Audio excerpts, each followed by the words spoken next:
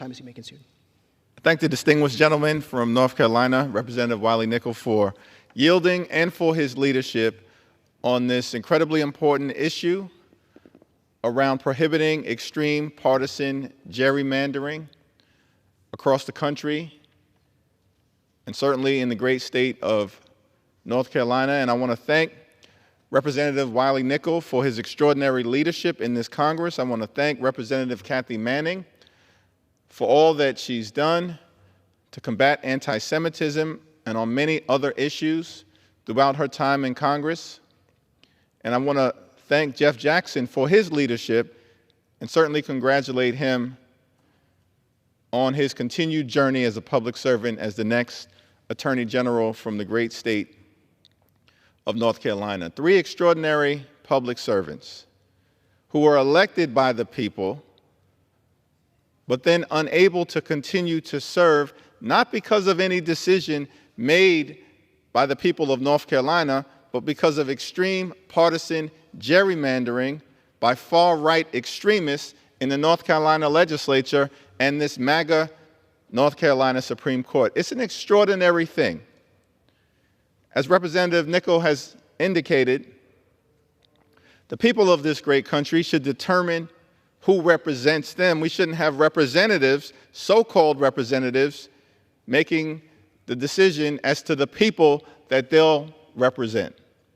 There's been a lot of talk in the aftermath of this most recent election about an extraordinary, overwhelming mandate.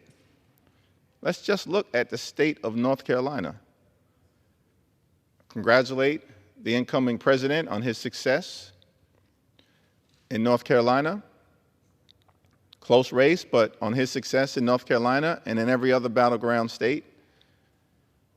But in that very same state, every single Democrat running statewide for a constitutional office won, proving the point that North Carolina is an evenly divided state. It's a 50-50 state. That should be clear to anyone. And when fair maps were drawn in advance of the 2022 election, the North Carolina congressional delegation, upon the success of Representative Wiley Nickel in an evenly divided district, was 7 Democrats and 7 Republicans.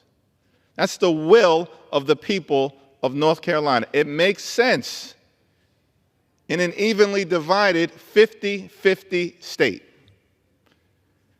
But because apparently far-right extremists in this country aren't convinced that they can win elections on their own or even hold the United States House of Representatives on their own, decided to rip away 3 seats from the people of North Carolina through extreme partisan gerrymandering.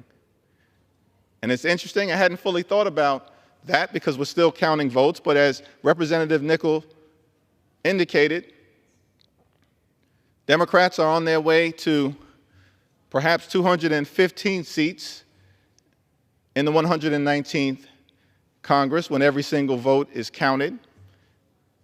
In California, House Republicans will have 220 seats. By the way, that's the smallest majority of any incoming party, Democratic or Republican, since before the Great Depression. What mandate? It's an evenly divided House of Representatives. The people of this country want us to work together, which we're willing to do. Find bipartisan common ground on any issue, whenever and wherever possible, to make life better for the American people and deliver real results for hardworking American taxpayers. At the same period of time, we'll push back against far-right extremism whenever necessary. But it's interesting that this so-called overwhelming mandate wouldn't even have yielded a majority in the House of Representatives if it wasn't for the extreme partisan gerrymandering that took place in the great state of North Carolina. I thank Wiley for raising this issue because it should shape how we proceed in the next Congress. Find bipartisan common ground together to get things done, because there is no mandate to enact far-right extremist policies in the United States House of Representatives, or, by the way, anywhere in this country. That's the reality of this most recent election. And I thank Representative Nichols for his leadership, his service to the people of the great state of North Carolina, to the Congress, and to the country. I know that the great representative from North Carolina is not finished in his public service journey, and we look forward to the best being yet to come.